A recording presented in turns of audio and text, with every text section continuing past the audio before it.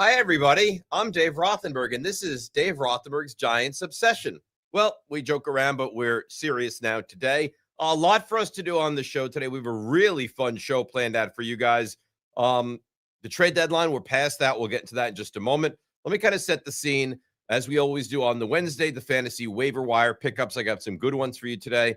I've given you some good ones this season, and I think that will continue partly for Thursday night. Now, I know what you're saying. You're 0-2 in your parlays on Thursday night so far, and that's accurate. But it only takes one, and I believe there's a good chance this is the one. Wasn't my brainchild, but I like the idea. I think it's thought-provoking, and that is the Mount Rushmore of what? Of Bears players? Gale Sayers? Dick Butkus? No. Mike Ditka? Coach, right? No. Mount Rushmore of Chicago set movies. And I think one or two will upset you. I think others will titillate you. And I think it's a very nice Mount Rushmore. Chris Carlin, my buddy from the radio, will join us at about 1:40 today. And the thought behind that was the Bears running back, who's really playing at a very high level now, Kyle Monangai, Rutgers product. Chris Carlin, the voice of Rutgers football. Well, who better to have on to help us break that down than my buddy Chris Carlin. So we have today's a busy, jam-packed show. As always, get involved on YouTube. The chat, you throw it up there. The guys see it. They bring it to my attention. The super chat, it'll pop right up on the screen. That's the preferred method, and that helps support this show. So we start with the trade deadline. We get into the matchup with the Bears. We get into the history of the Giants going up against the Bears, the 85 game. You know what's amazing? Let you in on a little secret. All right.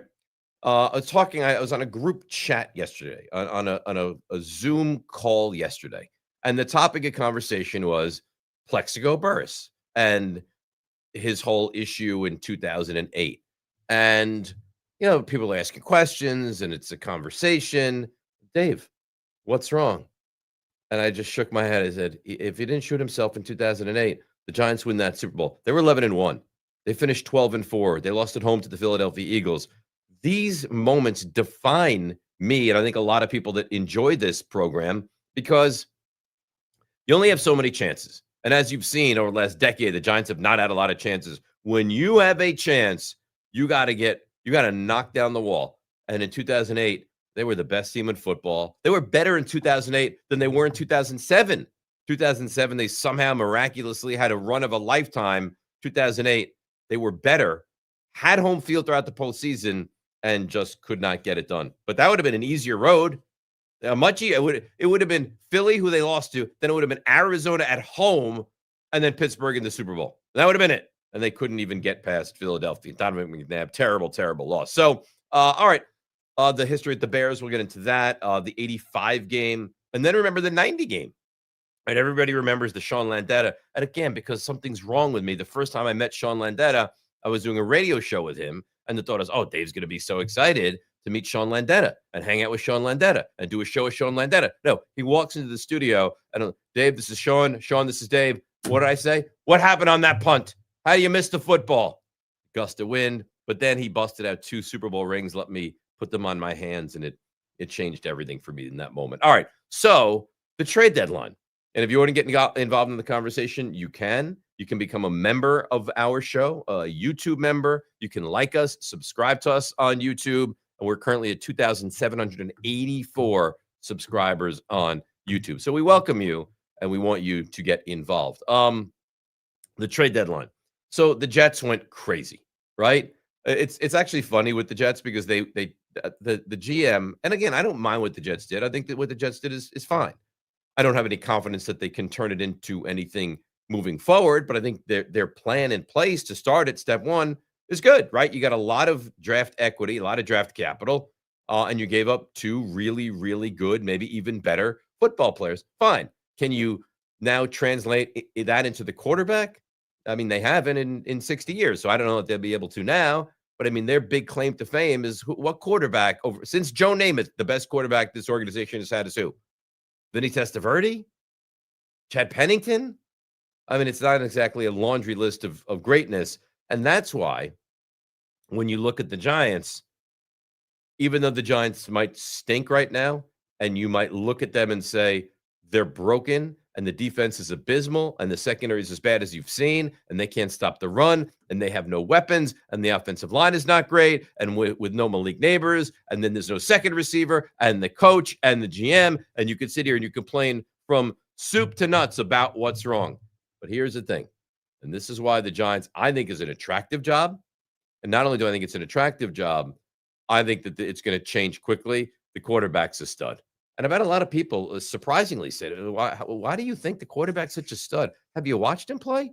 Have you seen the way he carries himself? Have you seen the way he throws the football? Have you seen some of the things he does with, it doesn't look like great coaching, with not great receivers, with not a great offensive line? What happens when they actually put it together that it is a little more competent? Then what does he look like? So I want to give my take on what the Giants did, or I guess we would say in this instance, didn't do yesterday. They didn't do anything. And I had people texting me and tweeting at me and sending emails and getting in touch on the radio show and getting in touch here. How could they not do anything? Like, what a disaster. What kind of an organization does nothing? Like, are they bereft of talent? Yeah, the Giants need help all over the place. 100%, unequivocally. Couple things. Firstly, do you want two guys that are fighting for their job in a massive way, right? And we talked to Pat Leonard the other day. He said, Dable, probably not going to be back. Shane may be back, but it's uncertain. Do you want guys that they're fighting for dear life to keep their jobs, to be making trades? Like, it almost seems like an edict should come down from the top. You're not allowed to make trades. Because why? Because why?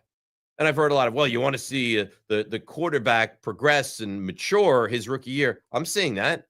I'm seeing the quarterback play at a very high level. I'm seeing the quarterback play at a very high level with no weapons. So if I add Jacoby Myers, I know everyone, the pipe dream was you got to add Jalen Waddle. It's a second-round pick for Jalen Waddle. Well, A, fine. B, Miami didn't want to trade Jalen Waddle. And C, I don't want to give up a second-round pick to rent him for this year and then I guess move forward with him. But that I can address that this all season. I can always turn back to Miami, who's going to have a new GM moving forward at the end of the season and say, all right, let's revisit this. We want Jalen Waddle. Why does it have to be now? Because you need to see the maturation process. You already know that the kid is good. You know that the kid is really, really good. So I heard a lot of people, and more people than not, and we can get into it. We could throw a poll up on here. Nico, do me a favor. Can you throw a poll up on this right now? I know you're struggling. Can you show me your pretty face for a moment, Nico? I know you're struggling. I know you're having neck ailments. I know that you reek like Ben Gay, which, quite frankly, I find to be somewhat of a turn on. But that's conversation for a different show, a different day. Can you throw up a poll on here where you ask the people if are they satisfied that the Giants did nothing at the trade deadline? Would you do that for me? We currently have a poll going up already. So you're one step ahead of me. What's the poll say? Can you read it verbatim to me? So what did you want at the deadline? You either stay put, trade picks for wide receiver or defensive help, or trade players for picks.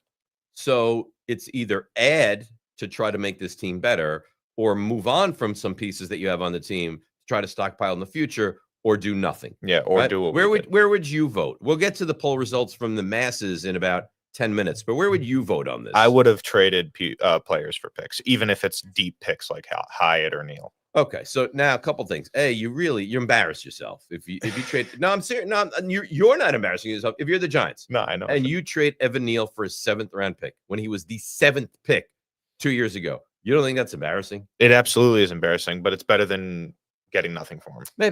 Maybe it is. Maybe they trade him in the offseason. Maybe they release him in the offseason. And you would have done that with Jalen Hyatt as well, right? Yeah, I feel like, if we were able to move on from Kadarius Toney, we were able to move on from Jalen Hyatt. And Kadarius Toney wasn't even like bad. It wasn't like Kadarius Toney. You got something legitimate in return. Yeah, it wasn't even like a bad return. No, it wasn't a bad return. So here's what I would say though, and I understand your point. If I had to choose one of those three, I would have been fine if the Giants took some excess fat. Not that they have great talent, but if they took some excess fat, traded away. If you get an extra 6 or 7 or 2 7s or a 5 and a 7, whatever, that's more than you had going into this. So I would have been fine with that. I'm fine with doing nothing. I would not have been fine. And there was a trade that was made yesterday. And people are, you did nothing at wide receiver. Now, okay, firstly, how good is Jacoby Myers would be my initial question. Secondly, did you see what the Jaguars traded for a rental player who's not under contract? Who wants big money? Who wants to make big money? They traded a 4th-round pick and a 6th-round pick for Jacoby Myers. Now, how would you feel right now if the Giants, who don't have a 2nd-round pick, traded a 4th-round pick and a 6th-round pick for Jacoby Myers? Would you feel good about that? I don't even think we should be adding in the first place. Right. Okay. So I just wanted to see where you stand. I thought that we were going to let go of players, but then in retrospect, Daboll and Shane still need to keep their jobs, and that's why they're not trying to clean house. Now, can they keep their jobs? I don't know, but they're going to fight for their jobs. So walk me through this. What's wrong with you today? I walked in. There was not that level of excitement. There's no handshaking, and there's no how are you. Finally, 5 minutes in, you're like, oh, by the way, I like your hat. Well, what's wrong? Talk to me. I'm here for you. I woke up this morning. My neck is killing me. So I cannot look that way. Really? And you think maybe it's God telling you to you? Is that your right you're trying to look towards? This is my left. That's your left. Maybe God telling you bad things are going to happen to your left. I don't want you looking that way. Maybe. So I mean, I have a golf tournament on Saturday, and like this is really a detriment. Well, there's a couple things we can do. Yeah, I have 3 options for you. Like the poll that you've thrown up there, people are going to vote on that on YouTube. There's a few options. We could have live during the show. You take your shirts off.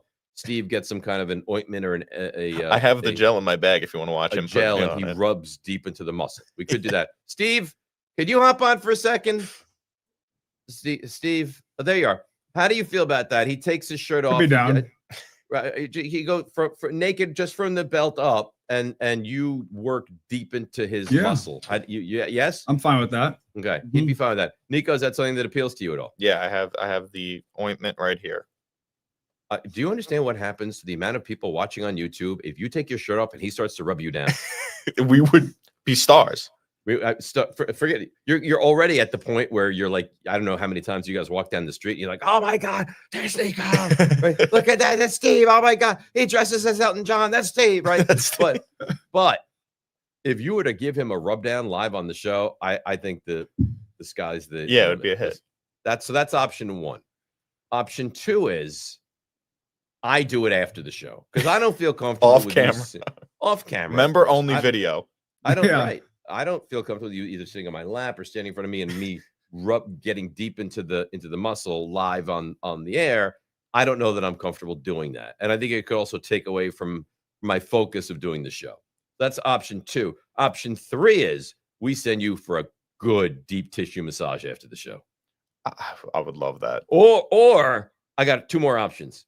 Option 4, I get in touch with my chiropractor. I get you there tomorrow morning, and he takes great care of you. Takes good care of me. Unbelievable care of you. And if he messes me up more, what happens? He will not. Because I've had that happen to me. He is elite. All right. Elite. He's 10 minutes from here. I get you an appointment first thing in the morning, and away we go. Or the last thing is we do nothing. So let me run through the options again for you. This is your own poll. This is my own poll. Try to move your neck to the left again. Just show people. That's the best. That's all I got. Okay. I think I should just try to move it for him. Okay. Right just now. do you take his head and you if you can see, like my head's kind of at like an angle right now. Yeah. It's like kind of so tilted. Again, let me give you your choices. Steve, you take your shirt off. Steve, in a non-sexual way, really rubs you down great. Mm-hmm. That's number 1. Number 2 is after the show, I give you a rub down off camera. Number 3, I can pick this. We send you for a massage, deep tissue, of course. Number 4, I set up an appointment with my chiropractor. Joe, our executive producer, can attest. I have the best doctors in the world, right? Joe, scream into him that that's true. He won't. He won't. But it's 100% true. Every time he needs a doctor, a dentist, you name it, he comes to me. Or say he said it's true. I heard him. Yeah. Number 5, we do nothing. What do you want? Can we make you rubbing me down it's crazy, into a member only video? So here's my concern. Okay, no, I'll be honest with you. Here's my concern. I have magical hands. Oh boy. Okay. No. Look at these. They're buttery soft. I can tell. Oh my God. I've never done any manual labor ever. Okay. These are the softest, most beautiful, delicate hands. It's like George in Seinfeld. Yeah. No, these are phenomenal hands. And they're great for massage. My concern is that I give you a 5-minute into the knot massage, and now you fall in love with me. Yeah. Like that's my concern, is that you now fall in love with me, or at a minimum, you start offering me large sums of money to rub you down. To rub me down. So if you want to make it a members only thing, I would do that. I would do that. Steve? I'm coarsely down. Dude, that would be fantastic. You love I this get the as a video? members only. Oh my gosh. Okay. Steve's behind the camera, I can hold the camera. breathing All right, heavily. So here's what we're gonna do. In front of this backdrop, right after the show, you're going to sit here. I'm going to do some deep nodding massage, and I'm gonna wow you. Okay. Can we play music? Can we play music? Yeah. What is this Play turning like into? central, like spa music, like right, like This is like going to be a member. flowing This is going to be a waterfall, member only short. Right, absolutely. We're gonna do that after the show. So I'm glad that we clarified that. That's terrific. All right. Let's get back to the Giants and the trade deadline, because I kind of got off topic just a little bit there. The Giants at the trade deadline. So you had your options, and your options were make a trade to add pieces right now, trade pieces away to improve your draft equity when you get to April, or do nothing. In order, I would have preferred to trade pieces away to make yourself a little bit more liquid as you get to the trade to the draft, right? That would have been ideal if it's Evan Neal for a 6 or Jalen Hyatt for a 7, or I mean, they're useless to you right now. I mean, Hyatt, very little. It looks like he's a poor kickoff returner, and he's a poor wide receiver as well. So you would miss out on that. Or Evan Neal, who for the first time, this is big news, by the way, for Evan Neal. Let's give him a big ovation. Evan Neal was active for the first time this past week. So that's tremendous news. So my first choice would have been, let's trade these guys for something. My second choice would be, let's do nothing. And my last thing would be adding pieces. Now, the only way I would have been okay adding anything is if it was making you better this year, making you better for the future heading into next season, and you mortgage very little by doing that. But even a guy like Jacoby Myers, who's not under contract after this season, garnered a 4 and a 6. I'm sorry. I would have zero interest in doing that. But we want your take. I'm fine with what they did or didn't do. I really am. I'm fine with it. This is a bad football team, guys. Again, we had the thought it could be bad. It started out slow. Russell Wilson was really, really bad outside the first 4 quarters against Dallas, right? 4 quarters, Dallas, terrific. Overtime, turned back into Russell Wilson. And every time he stepped in for a moment with Jackson Dart going into the blue tent or coming off or getting looked at, he looks like he doesn't belong in the NFL, right? So you had a bad football team with a bad quarterback. And by the way, Dable Shane have to take some responsibility for bringing in Russell Wilson and thinking it was going to look any semblance better. So it didn't, it wouldn't, it shouldn't. And then the rookie trots onto the field and he plays at a very high level against the Chargers, and you win that game. And then he goes out there and he beats the Eagles, and you feel great about things. And then it's the Broncos game and the collapse and all that went along with that. But this was never going to be a good football team. Now, did I think this would be a 4-13 football team? No. I thought they might be a little better than that. But the schedule and the lack of talent and the injuries have added up to the fact this is going to be another bad football team. So own it. Own it. The one thing, and you hate to defend Brian Dable, because I think most of us would like him to be removed from his job at the end of the year. The one thing, the only thing that you realistically needed as a fan of this team was to get through this season and ask the question, do we have the quarterback? And the answer is yes. So whether I add Jacoby Myers or Rashid Shaheed or Jalen Waddle or fill in the blank wide receiver, I already have the answer. And it's funny, I get a lot of people that'll reach out. Why are you so convinced that you have the quarterback?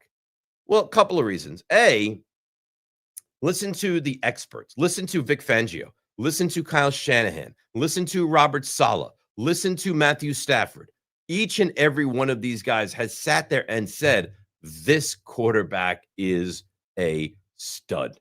Mike Greenberg, upon the Jets acquiring, they have 5 first-round picks in the next 2 drafts, said, I would trade all of those to have a guy like Jackson Dart. I've watched 6 games of this kid. He has almost no talent around him. He's the answer. He's special. He has it. So I completely unequivocally believe in what he is. And that's all I really needed. And that I got. Now, would I like a better coach? Yep. Would I like a better GM? Yeah. Would I like more receiving help? Sure. Would I like more weapons? Absolutely. Do I want to fix up the offensive line? Do I want to fix up the defensive line? Do I want to fix up the linebackers and the secondary? There's a lot of work to be done. A lot of work to be done.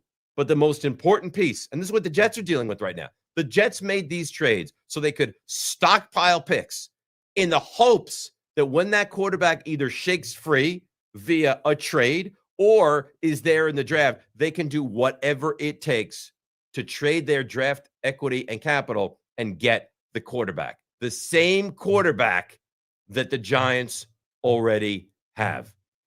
So just think about that for a moment before we move on. All right. So Giants Bears. Now, this incarnation of the Giants and the Bears is not the most exciting thing that you're ever going to see in your life, right? I mean, Caleb Williams doesn't look great. Ben Johnson's good. Their defense is meh.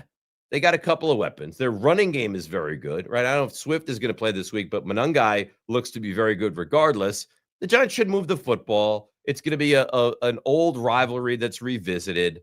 Couple of games that you look back on. I think the number one game that you look back on with the Giants and the Bears, and this is painful, is 85. Now, Giants, Bears, 85. Giants beat the Niners.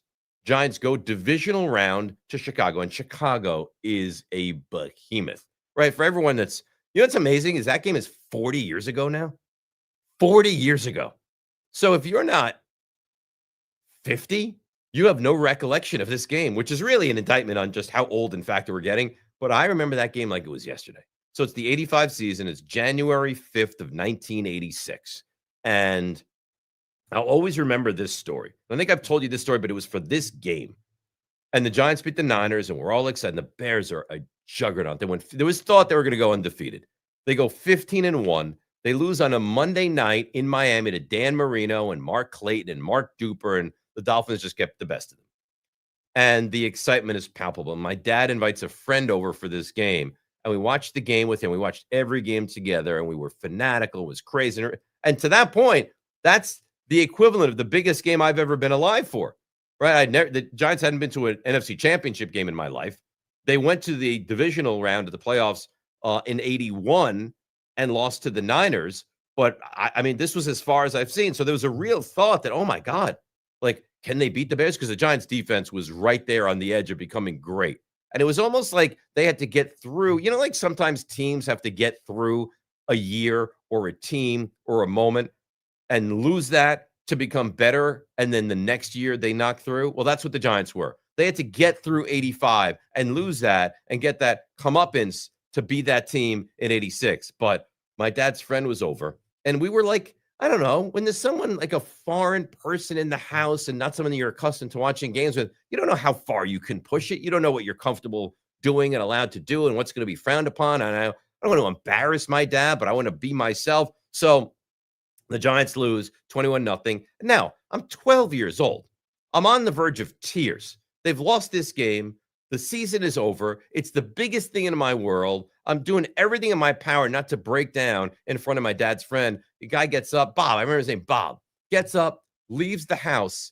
My dad closes the door, comes back in the den, turns to me and goes, well, that's never happening again. And I thought, oh no, what did I do? I said, what do you mean, Dad? He goes, we're never having someone in the house that's not me or you. And that was it. We never, ever watched a game with anybody before. But that game in 86, the Giants came out and they looked good. They were going toe-to-toe with Chicago, back and forth, punt, windy day. I think with the wind chill, it was like a -7. It was a frigid day, whipping off the lake in Chicago's Soldier Field. And I think at that time, now Soldier Field is currently grass, but I think at that time it was AstroTurf. It was freezing. I don't think it was much different than the game that Coughlin's face almost ripped off in Green Bay, if you remember that one.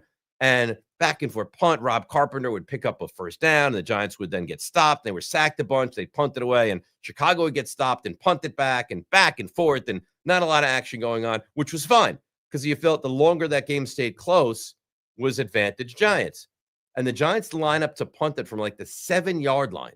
Sean Landeta, who was a wonderful kicker, and I always remember single bar on the face mask punter, and he fields the ball, snap to him, great snap, lines up to kick it, goes to kick it, and misses it. Like, not shanks it, misses it. I don't know that I've ever seen it before. I don't know that I've ever seen it since. I've seen blocked. I've seen blocked and picked up and by the offense and brought for a first down. I don't know that I've ever seen missed. And David Carlson, who's a big fan, who sent me a really nice email last night, has become our newest YouTube member. So, David, welcome. And you're going to get to see me rub down Nico in the private chat a little bit later. So, misses the punt. I think it was Sean Gale, I think, picks it up, takes it in for a touchdown, 7-0, and that was it. It was still 7-0 at halftime. Like, the Giants defense played at a very high level. Bears hit on a couple of plays in the third quarter, and 21-0 is your final score. So that's my most vivid, disappointing memory. And then in 1990, and I remember this as well, we're in Florida visiting family in Miami, and we had to watch the game at my grandmother's apartment on Collins Avenue in Miami Beach. And my dad said to his mom, so here's the thing, we're going to go into a separate room. We cannot be bothered. And we went into another room, watched the game, Giants, Bears. Giants destroyed the Bears in that game, had a great goal line stand, and then went from that game. There's a famous scene at the end of that game where the Giants, I told you this before, the Giants lost to the Niners earlier that year, 7-3 on a Monday night. And San Francisco is going for 3 consecutive Super Bowls, something we've never seen happen. And Lawrence Taylor and friend of this show, Carl Banks, were sitting on the sideline, and they started talking about, hey, San Francisco, we're back. And then you hear one of them say, and they thought we were dead. Oh, we're not dead. We're back. And remember, the Giants were on their backup quarterback that year. Phil Simms got hurt late in the regular season, broke his foot. Jeff Hostetler comes into the game, played fine, pedestrian, decent down the stretch, but was good against Chicago. Then they beat San Francisco. Then they beat Buffalo. Then they're world champions. So those are my 2 big memories from the Giants and the Bears. And then also I remember the Giants won the Super Bowl in 86, right? February, or I guess January of 87. And then you had the lockout the next year. But before you had the lockout, you had the last 2 NFL Super Bowl champions playing in week 1 in the week 1 of 87, September of 87 in Chicago. They didn't do it where the Super Bowl champion gets the home game and the Giants got bludgeoned. I mean, absolutely bludgeoned in that game. So that was very distressing. But that's kind of the memory of the Chicago Bears and the New York Giants. All right, Nico, now that I've educated you on Giants-Bears history and given you a little insight, let me bring you back, and you can throw some of the comments and questions that we have so far in the YouTube chat. Yeah. Let's see what we got here. Mike S9D. Gruden head coach and McDaniel as OC is my choice. Not sure about DC at the moment. Yeah. So here's the thing. McDaniel, why would Josh McDaniel? Oh, is he saying Mike McDaniel or Josh McDaniel? I think he means Mike. Mike McDaniel. Yeah, I like Mike McDaniel. I think he's smart. I think he's as a head coach, clearly it's not right. It doesn't work. But as an assistant coach, offensive mind, I think that's fine. I just don't know that Gruden is going to be kind of allowed back in NFL circles. And I don't mean allowed. I just don't know that the owners are going to turn their heads and say all these emails, and I know that's still ongoing, that we're going to look to the side and let him back. And especially the Giants of all teams. Like, the Giants are so conservative. It's hard to imagine that they're going to say, yeah, you know what, we'll bring in John Gruden to coach this team, even though he's got a maelstrom of things going on along the side. So, I mean, I in a perfect world, like if there was no baggage, Gruden and McDaniel or Gruden and McDaniels, I would love it. But I don't think that you're going to see that. What else you got, Nico? This is from Jason Cerrone. Yo, I'm convinced also, but this kid is getting sick of his receivers dropping everything. All right. Well, I'm welcome to the big boy world. I mean, this is what happens. It happens all the time to good quarterbacks. And he might be getting sick of it, but he doesn't show anybody up. He plays with an abandon, a reckless abandon that actually he really probably should calm down with a little bit. He's playing at a very high level. He's insanely athletic. He buys time as well as any quarterback you've seen. The one thing that we have to do, and we've talked about this a bunch, is he's got to figure out a way to dial it back. Like, you cannot continue to put your quarterback in harm's way. Not that they put him in harm's way, but a little bit of what Dable does annoys me. Like the other day, you're down, was it 34-17? And you're doing, like designed quarterback sweeps with him. Like it's been makes a no classic sense. for 3 years. With Daniel Jones, the same thing. 4 years. Daniel Jones, the same thing. Those design QB runs, some of them he just got blown up. Right. Well, the thing with Daniel, first of all, Daniel was a lot bigger. Second of all, when you started to do it, Daniel Jones towards the end, you're like, all right, what do I care anyway? Like, you're at the end and this kid's not going to be here. This is the beginning. Even if Dable thinks to himself, you know what, they're going to let me go. I don't know what his thought is about whether I'm going to be here or not, but at least for the sake of the kid, like, what does it matter if the Giants lose 34-17 or 34-24? It really makes no difference. Do you think that Jackson Dart is a more athletic? I think he's a more athletic player than Daniel Jones, but obviously a lot smaller. Daniel Jones still.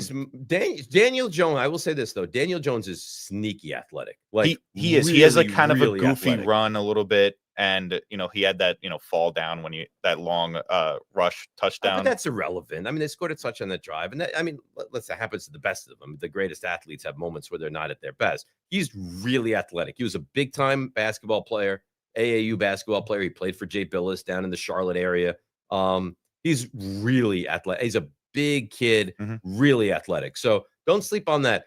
I would say that Dart is maybe a little more athletic, but it doesn't matter unless you are like Lamar Jackson, where you're so shifty that you can avoid punishment. No, I don't want to see it. Look at what Dan Quinn did the other night. This buffoon put the franchise quarterback down 38-7 in harm's way because he's running him at the goal line. Well, now the guy's probably going to be out for the rest of the season. He's definitely going to be out. That was a gruesome injury. Less than 0 cents. You have a commodity. You have a treasure. Do not mess around with it. Nico, what else do you have? We have one from Hot Dogs 101. Nice. These are all new people, which is nice. Yeah. A proven head coach will do just fine with the Giants. They don't need Dayball. 2-7 for a third straight season and a rough 4 games coming up against playoff contenders. Right. So what do the Giants have? It's this game, then it's the Packers, then it's the Lions, and then it's the Patriots on the road on a Monday night. Yeah. You very well might be looking at 2-11, which is shocking. And then it doesn't get a lot easier from that. So then you have 4 more. Then you have what? The Raiders, the Vikings, the Cowboys, the Commanders. I mean, you realistically could be looking at a much better, but still a 3-win team when you go into the offseason. And you have the quarterback, but you need a whole heck of a lot. And there's no way that John Mara can sit there with Dable and Shane and go, all right, you know what, guys, clearly we're heading in the right direction. I'm going to bring you back. I can't even envision that happens. Anything else? Yeah, one more from member JJ Roth.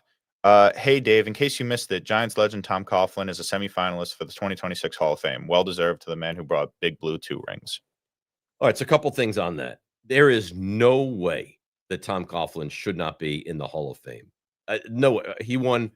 Now, you think, and maybe some of you don't know, right? What was his career? First of all, I know it's the Professional Football Hall of Fame. So success at Boston College, like going in and beating #1 Notre Dame on the road, that doesn't matter. Fine. So take his success collegiately and move it to the side. We can do that.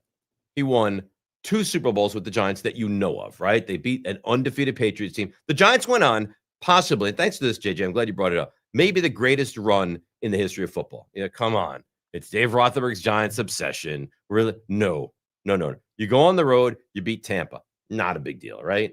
Then you go on the road, you beat the #1 seed in the NFC, the Dallas Cowboys, when Jerry Jones is handing out to the team NFC Championship game tickets for their families the next week. And the Giants shock the world and beat the Cowboys. And you say, all right, we just went to the NFC Championship game. You know what? Whatever happens, it's gravy. That's fine. Then they go to Green Bay in frigid weather, and Eli Manning outduels Brett Favre. The Giants win that game in overtime. Oh, and then, by the way, just to follow it up, they go into an undefeated game with the Super Bowl team in the Patriots, and they beat them in one of the great games you've ever seen. Some would say that's the greatest team of all time. You could say that that's the greatest team of all time. So that's kind of the first thing, right? Then a couple years later, he goes and he does it again. They go on this magical run where they beat the Falcons, they beat the Niners, they beat the Patriots again. But so you think, okay, this guy, he's got 2 championships. That's really impressive. But that's not it. He has 2 more Super Bowl rings with the Giants in 86 and 90. He was a wide receiver coach on those teams. So that's 4 rings. And then takes an expansion team in the Jacksonville Jaguars and leads them to the AFC Championship game in year 2 and made them a highly relevant team immediately. I actually think it should be like unanimous that he goes into the Hall of Fame. This should take them no time. Whoever puts him up for debate, right? Because that's how it works. Somebody put like a media member puts him up, and now we vote on Tom Coughlin. They pitch that person. Tom Coughlin did this, and he did this, and he did that. It shouldn't even be a debate. They should go around the circle, and everyone should vote in the affirmative. He is clearly a Hall of Famer. We also have Chris Carlin here. My buddy Chris Carlin. Yes, he is. Oh, that's nice. So why don't you pass the baton over to the great Chris Carlin, who I believe is pulled over onto the side of the road for this hit, which we greatly appreciate. That's a face that only a mother could love. Good afternoon to the one and only Chris Carlin. Hi, Chris. How are you? I'm great. I'm so honored to be welcomed on this video vehicle that I have been a big supporter of since day one.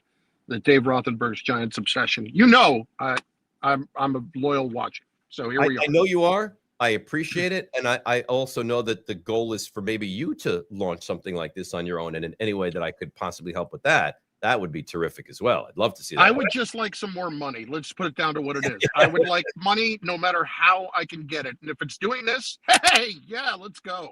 So where are you pulled over? Like, you're not in danger, are you? No, I am pulled over into a parking lot just outside the Holland Tunnel of a gas station that I frequent on the way to and from my home in New Jersey. So this is it's my home away from home, if you will, Dave. This parking lot of this gas station just outside Hoboken. I'm glad that there's such a comfort level with you in that parking lot. So we spent a lot of time so far. It's funny, I heard you on your radio show talking about this a little bit ago, and it was just asked via a question here on YouTube. Tom Coughlin, in my mind, unequivocally has to get into the Hall of Fame, right? No question about it. I think people might downplay the earlier part of his career. I mean, Dave, he took an expansion team to the AFC Championship game in year 2. And then, really built a foundation for that organization for a long time. And then you look at his Giants career. I mean, that is just, to me, the cherry on top. And if you really want to look deeper, you have to go and look at the kind of role he had as an assistant for a long time in the championships that he won as an assistant. Well, he was really well regarded. I think Tom Coughlin, like, why have a Hall of Fame if you're not going to put somebody like Tom Coughlin in? Right. Yeah. Completely, wholeheartely agree. So it's been a very rough season again, right? They're sitting here 2-7 for the 3rd straight year. You and I, we see each other all the time, but we don't really have this discussion all the time. Where are you as far as the Shane and Dable duo? Are you either you get rid of both of them, or now you probably would say move on from them, but can you see one staying and one leaving, or is it either the Band-Aid's off and you rip it off and you're done with both of them, or you can keep one and let one go? What's interesting to me is that it and you can tell me if I'm wrong, that the things that I see lately seems to be indicating that Shane staying and Dable going feels like it's a little bit more possible. I'm sorry. I'm done with both. I think I've watched enough to know that year 1 in what they were doing there was kind of fool's gold, and it needed to be. It's difficult to say it, but it still needed. They weren't a good enough team to not strip it down a little bit more. But then when you go to the playoffs and you win a playoff game, but you do all of it with the amount of 1-score wins that they had and everything that was a factor there, you have to be able to look at the picture accurately. And I don't think that they really did. And I think then moving forward, I don't think Joe Shane has had great drafts at all. The Malik Neighbors pick, okay. A lot of people thought that Malik Neighbors was going to be that, and I think would have made that pick in that spot. Tyler Nubin's been okay. And then Dart this year, this could be the one thing that actually saves him.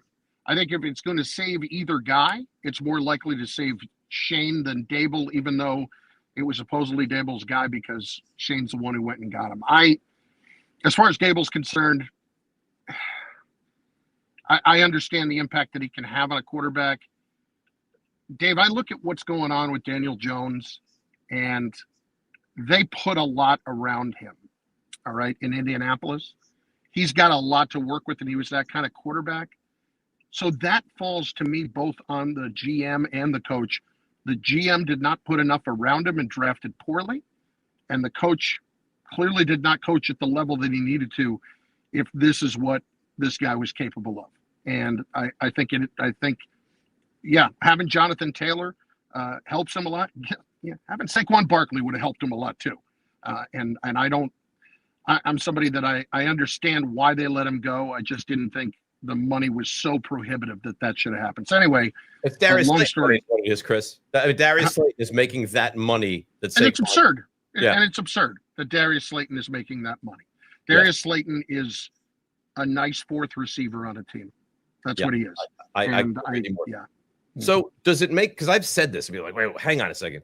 You're uncertain about Shane. It feels like, I agree with you. It feels like Dable is probably going to go before Shane would. So then do I need it to fall apart? Like, if I want to clean house and be done with Shane, isn't it in my best interest for the Giants? Because I know I have the quarterback. I believe in him. You're not going to convince me off of that. But doesn't it make sense for the Giants then to go 3-14, lose all these games against good teams anyway? And then it's like, well, Mr. Mara then has no choice but to clean house? I personally still don't think it's a lock that Shane stays if they won 6 games, 5 games, something like that. I don't believe that yet. I'm just going based on kind of the talk you hear a little bit at the moment. They may not have made this decision yet, but to me, there's no decision to make, especially after I watched what happened last week. Like, that kind of put me over the edge. I'll tell you the other thing that is driving me nuts too right now is as much as I love Dart, they are not doing anything to protect him from himself. It's terrible. And Dave, he's out there initiating contact. And I don't mean to completely change the topic here, but like whatever the message is about protecting yourself is not getting through right now. I love Dart. I think he can be a good quarterback in the league. I don't know yet if he'll be great. And the only reason, Dave, that I'm skeptical about it is the health. That's it, period. Yeah. I totally agree with you. And I actually think it's now at the point where the coach, but here's where you have the issue, because the coach is fighting for his job. So is he going to go out there and tell the quarterback, tone it down a little bit? Probably not, but he should. Like, any responsible adult would sit there and say, if you play, like, there's no reason he's in the game down 17 the other day, running quarterback sweeps against the Niners. Like, if you're going to play like that, I can't play you. I have to look out for next week and 5 weeks and 7 weeks. You are right. There is no way he's going to make the rest of the season. He'll never make it. Yeah, and I had no problem with him still being in the game the other day, because 3 scores, 5 minutes, okay, it's still there, kind of. But there was a play in the first half where he's running, and play had broken down, and he had made a nice play to pick up the first down, but he's running out of bounds. And you can see the Niners defenders pulling up, concerned about getting a penalty if they hit him near the sideline, and he leaned in with his shoulder and initiated contact. What are we doing? What are we doing at that point? To me, that's inexcusable on Dart's part and on the coaching staff's part. If the coach is that concerned about his job and he is just sitting there, let's call it what it is, in that press conference, he's kissing his fanny. I mean, everybody else he's giving one-word answers to comes to Dart. He's great. He's a competitor. He's everything. You know, it's like enough. It's awkward. It's like, he's not supposed, like, you're the coach. You're the teacher. Act like it. You shouldn't be, like, getting down at the level of the students. Like, you're at a different level. You're the teacher of this classroom. Act like it. And he just continues to make himself look, I don't know, awkward. I guess. I didn't get your take on it. Did it feel awkward to you when he so definitively said he is the leader of this football team? Yeah, it felt awkward. Felt that way to me too. It's strange when you're peeking into the blue tent, when you're saying, "Oh, I would have taken a timeout if it meant that I could have had him back in the game." Like, all of this is very, very strange. Like the hugs that you give him all the time. It's just it's very off-putting to have a head coach who's supposed to be a leader of men acting like that for a rookie quarterback. I only want to ask you one more because I really appreciate the time, and I know that you pulled over, so I want to let you go. But that's the Bears and what they present, and specifically the running back, who I know you called the time at Rutgers. I liked him coming into the draft. Was a 7th-round pick. I think it's a massive steal. Swift has been out, so he had a massive game last week against Cincinnati. Monangai's a really good player, isn't he? Yeah, I think he is. I really do. He's a guy that went to Don Bosco in New Jersey, which is a powerhouse, as we know. And Kyle is somebody that has earned every bit of it, and he's just a tough runner, Dave. He's small. I think the thing that really impresses me the most about him and watching him the last few years, he's 5'9", and he's going to be 210 pounds, 220 pounds, something like that. But he will absolutely steamroll anybody that comes in on pass protection. He's very good at that. On the Bears overall, I had them in Vegas a few weeks ago on ESPN radio. I thought that they were a team that's just still finding its way. I think this is still very much a game the Giants could actually win, but I don't feel like I don't feel like this is a definitive they're going to get beaten up kind of a game. The Bears seem to be finding their way. Williams seems to be finding her way. How do I tell anything against the Cincinnati Bengals, a team that scored 80 points over 2 weeks and lost both games? Yeah, it's amazing. How do I tell? Their defense is as bad as anything I've ever seen in my life. It's the worst thing. If you want to feel better, think about this. It's the worst defense I think I've seen in my life. And the Cowboys traded for one of their players yesterday. Yes. You know what? I know you find this to be strange. It actually does make me feel a little. No, I don't find it to be strange, Dave. I was having this argument with Jake Asman yesterday. I live to take joy from other people's pain if I must live in pain. I want you to suffer if I'm suffering. I'm the captain of that ship. Welcome onto my ship of enjoying misery of others when you're going through misery. Caleb Williams, I don't know. I mean, you said work in progress. I think Ben Johnson is really smart and really good.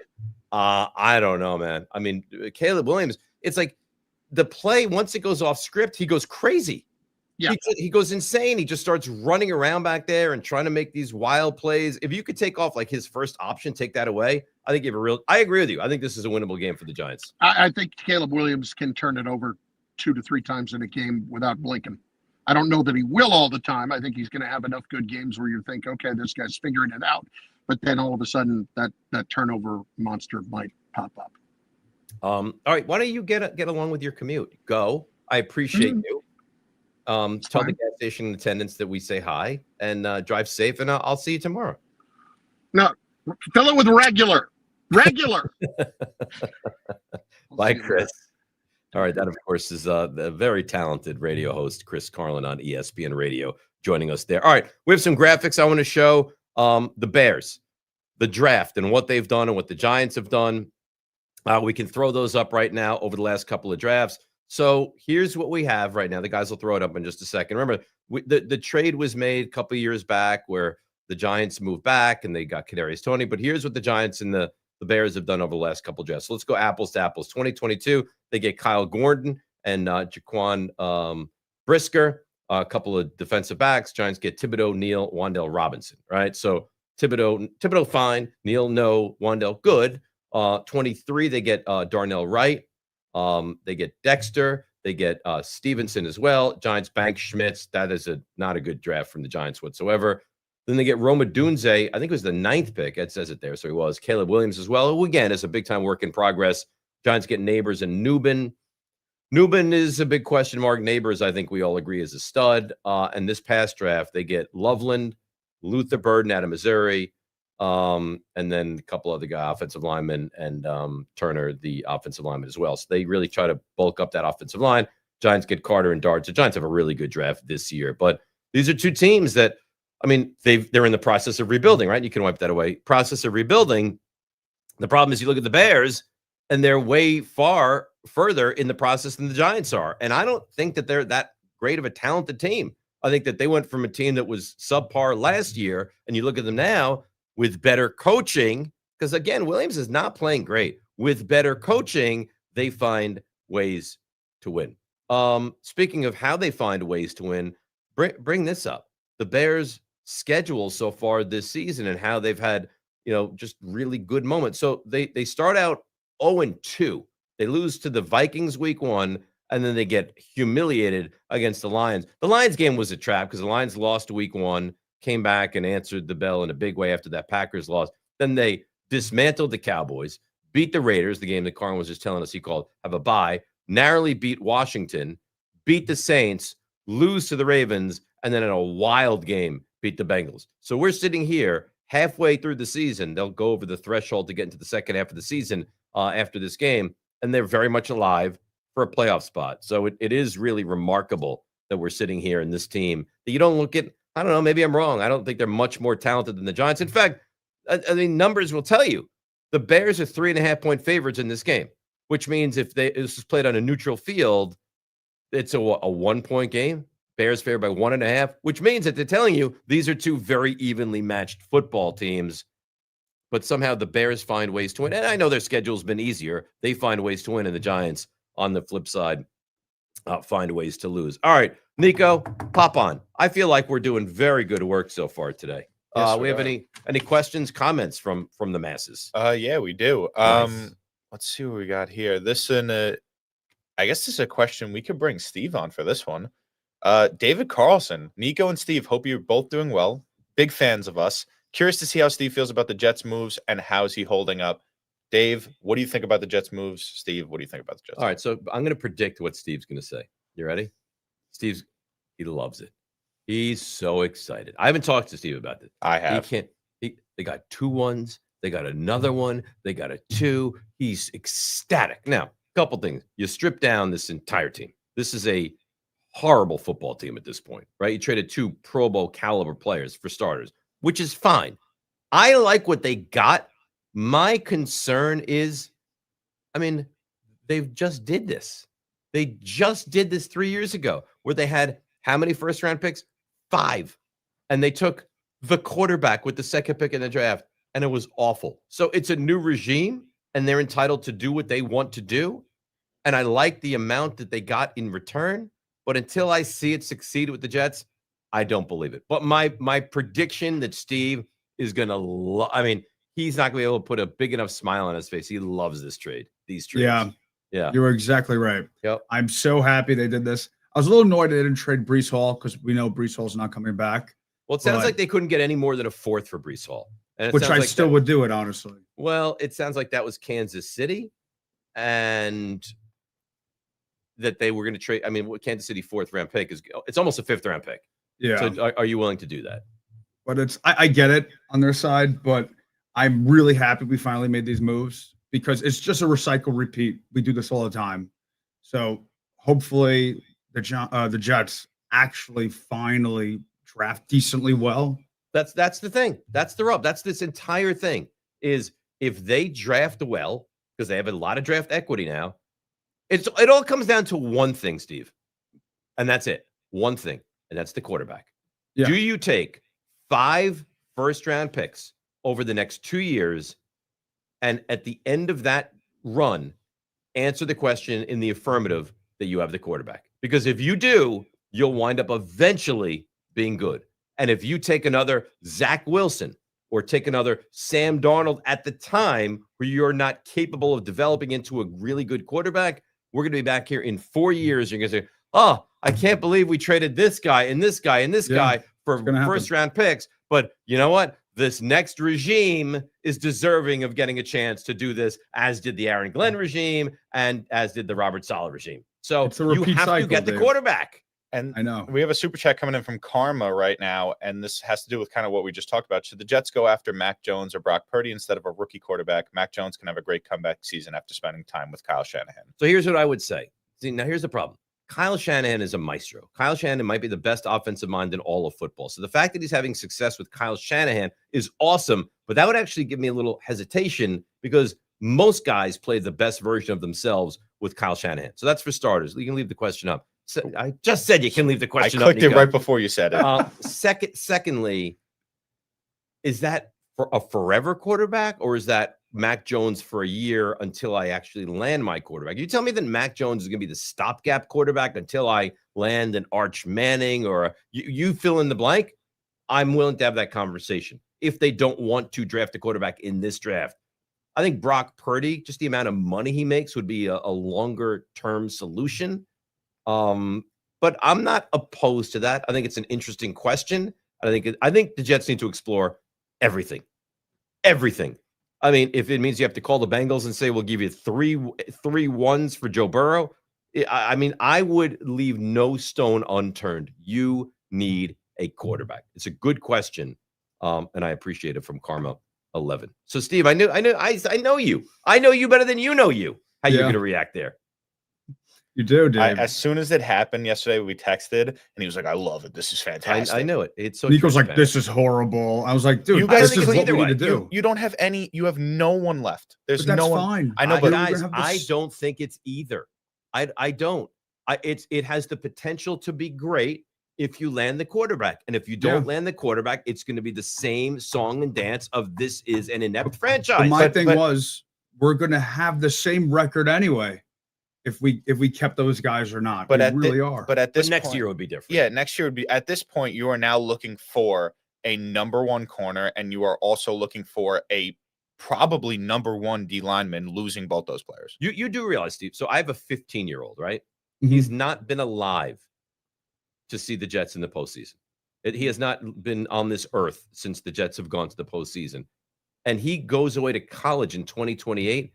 There's probably a better than decent chance his entire time as a youth living in my home, he will not have witnessed. Not that it bothers me, I don't care, but will not have witnessed the Jets going to the playoffs. Yeah. You understand how difficult that is? We have another one from Karma. Mac and Dable if Giants fire Dable. Mac and I got to tell you, if I were a Jets fan, I would welcome Brian Dable as the offensive coordinator. I'm being sincere. I mean, he's shown with Josh Allen. He showed with Daniel Jones. He showed with Jackson Dart. He can develop a quarterback. Is he head coach material? No. Is he develop a young quarterback material? I think the answer is absolutely. If you told me I get Mac Jones and Brian Dable or a young quarterback, a rookie quarterback, and pair him with Brian Dable, I'm being honest with you. I'm not mocking you at all. I would be a big proponent of that if I were the Jets. How funny would it be if they hire him as the head coach? They're not going to do that. They're not going to move on from Aaron Glenn. Woody Johnson told you last week he hugs Aaron Glenn and gives him supportive words every single day. Yeah, they're not moving on from Aaron Glenn. Woody Johnson changed his mind They're not moving on from Aaron Glenn. We have any more questions? Because I have more stuff to get to. That's it for right now. Okay. Bring up my my parlay for the Thursday night game. I'm excited about this. This parlay, this is going to win you good, solid money. All right. Thursday night. So what do we have? The Raiders traveled to Denver. Short week. Just played a 5-quarter game. Remember, they went all the way to the very end against the Jaguars. Lost it. Move on from Jacoby Myers. All right. Broncos money line. That's easy peasy. Mark that one away. Geno Smith under 212.5. Broncos defense, I mean, pass rush is elite. Lead the NFL in sacks. Now, not having Patrick Surtain certainly is a hit, but I've been so wildly unimpressed with Geno Smith this season, and everything looks so difficult. Having Bowers back is, of course, big for them, but I think he definitely goes under the 212.5. Dobbins over 71.5 rushing yards. I feel very confident with that. The Raiders' run defense is not good. I look for Dobbins to have 80-plus yards in this game. I like that. And then Cortland Sutton over 55.5. Raiders' defense is not good. The Jaguars just lit them up. I think the Broncos will do much of the same. And if you get Broncos money line, Geno under 212.5, Dobbins over 71.5, and Cortland Sutton over 55.5. You put $100 down, you get $566 of winning. That is good money. That is great money. And I would feel vindicated for giving you losers the first 2 times we did this segment. All right. The Bears defense. It's not great. It's not great.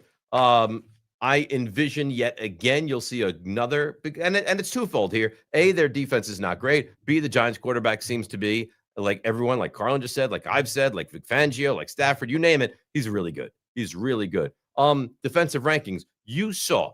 Now, granted, their receivers are a little different than with the Giants, but Higgins and Chase, I mean, ate their lunch last week. They put up 42 points. 42 points the Bengals did. So where are as far as the Bears defensive rankings? Points per game, they're 29th. passing yards per game, they're 25th. Rushing yards per game, they're 25th. So if you want to run against them, have at it. You want to throw against them, have at it. It's just not good. Red zone defense, which is so important, might be the most important stat. They're not good there either. They're 20th. Third down, that's where they're good. All right, that's where they're good. They're 5th in the NFL in winning the third down battle. And sacks, another spot, they're not good. They check in at 18. So, you know what? Away we go. Away we go. It's another team the Giants match up against. The Chargers defense is really good. Eagles defense is really good. And the Giants had success there. Last week, put up 24 points. Like, you don't worry about the Giants offensively now. You more worry about the Giants defensively. I want to get to mine. I love this topic. It was such a great topic. My Mount Rushmore. You can wipe this away. My Mount Rushmore. And you say, oh, is it all-time Chicago athletes? You have Ernie Banks on there. You have Gale Sayers on there. You have Sammy Sosa on there. Jim McMahon. Dick Butkus. Like, who's on there? No. We're not doing that. We're doing Mount Rushmore of Chicago-based movies. Now, Nico, before you put this on there, I better not see you just sprinkle all 4, one at a time. So let's start. All right, let's begin.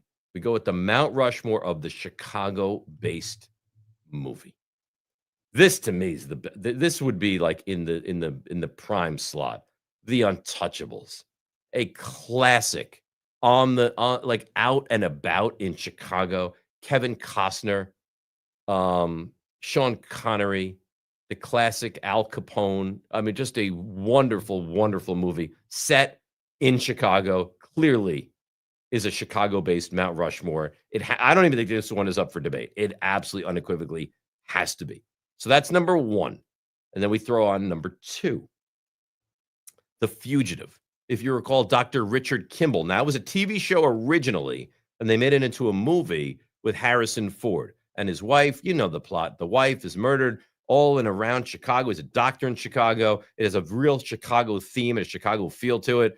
I remember like the moments in Chicago, the river when he's at the St. Patrick's Day parade is green and he's running around avoiding the police in Chicago. Dr. Richard Kimball, Fugitive, on my Mount Rushmore as well. Number 3 on the list here. The Blues Brothers. I mean, they traveled from Chicago. They're Chicago men, right? Aykroyd, Belushi, born, bred Chicago guys, right? What's the famous line? I don't remember the line exactly, but it's like we have a full tank of gas, a full pack of smokes. We're 219 miles from Chicago. Let's get to work. Oh, the Blues Brothers, Chicago-centric, goes in the 3 spot. And again, this is no particular order. And if it were, Untouchables would be in the prime spot. But these are all definitive Chicago films. And 4 would be About Last Night. Now, I can see where you would say, hang on a second. We got Home Alone. We've got Brian's Song. And you're picking About Last Night. Well, Belushi again, different Belushi, but Belushi again. And I would refute that with this. In Home Alone, do I get to see Demi Moore naked? And the answer is no, you don't, right? So that gives About Last Night a little push there. And they're out and about, and he meets her in Chicago. Rob Lowe, very good looking. Demi Moore, very attractive. And there's nudity.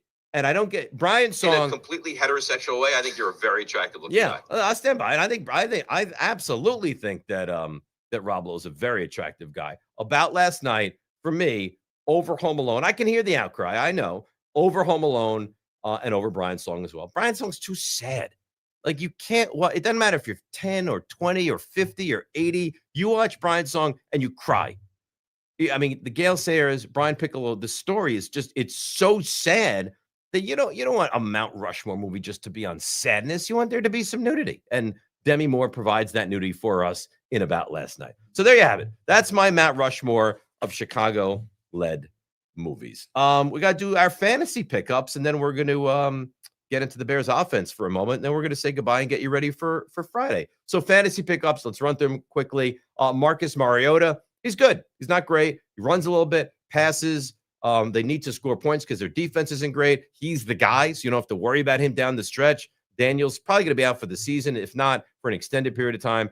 I think if you have a bye week quarterback, you can start Mariota and feel pretty good about him.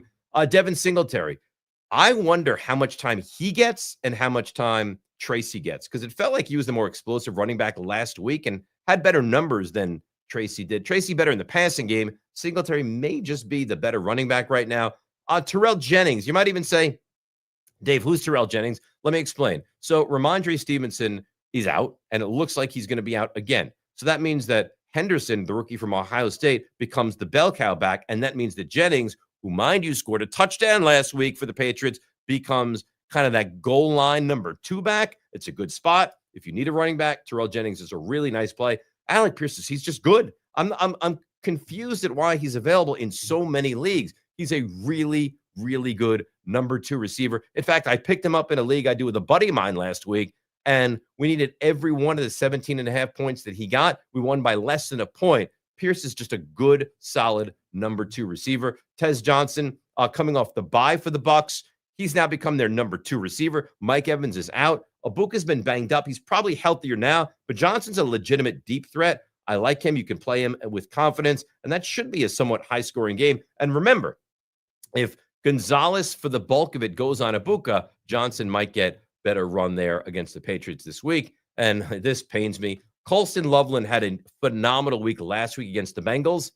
Well, guess who doesn't cover the tight ends very well either? That would be your New York Football Giants. Loveland had that game-winning touchdown last week, and he just might pick up where he left off. All right, so wipe that away, guys. The Bears offense. I want to get into the Bears offense a little bit. So throw up the graphic for that one. They're okay. They're not great. They're not bad. Passing yards per game, they're right in the middle at 16. That's off the heels of a massive game last week against Cincinnati. The Giants secondary is very unimpressive as well. They run the ball very well, which now becomes terrifying, right? So they're the number 2 rushing team in the NFL. The Giants are the worst at stopping the rush in the NFL. And whether it's Swift or Monangai, unless the Giants are focused and dedicated to stopping the run, it could be a very long day. Scoring offense, again, it's buoyed by putting up 47 last week, but you play who you play, and their scoring offense checks in at number 12. Third down, they're good here. Top quarter of the league, number 8 in succeeding on third down conversions. And the red zone offense, see, they're good with rushing. They're good with third down conversions. They're bad in the red zone. We talked about this. This is how you make your money. But if you can allow a team to get to the 16 and hold them to 3s, that's a win.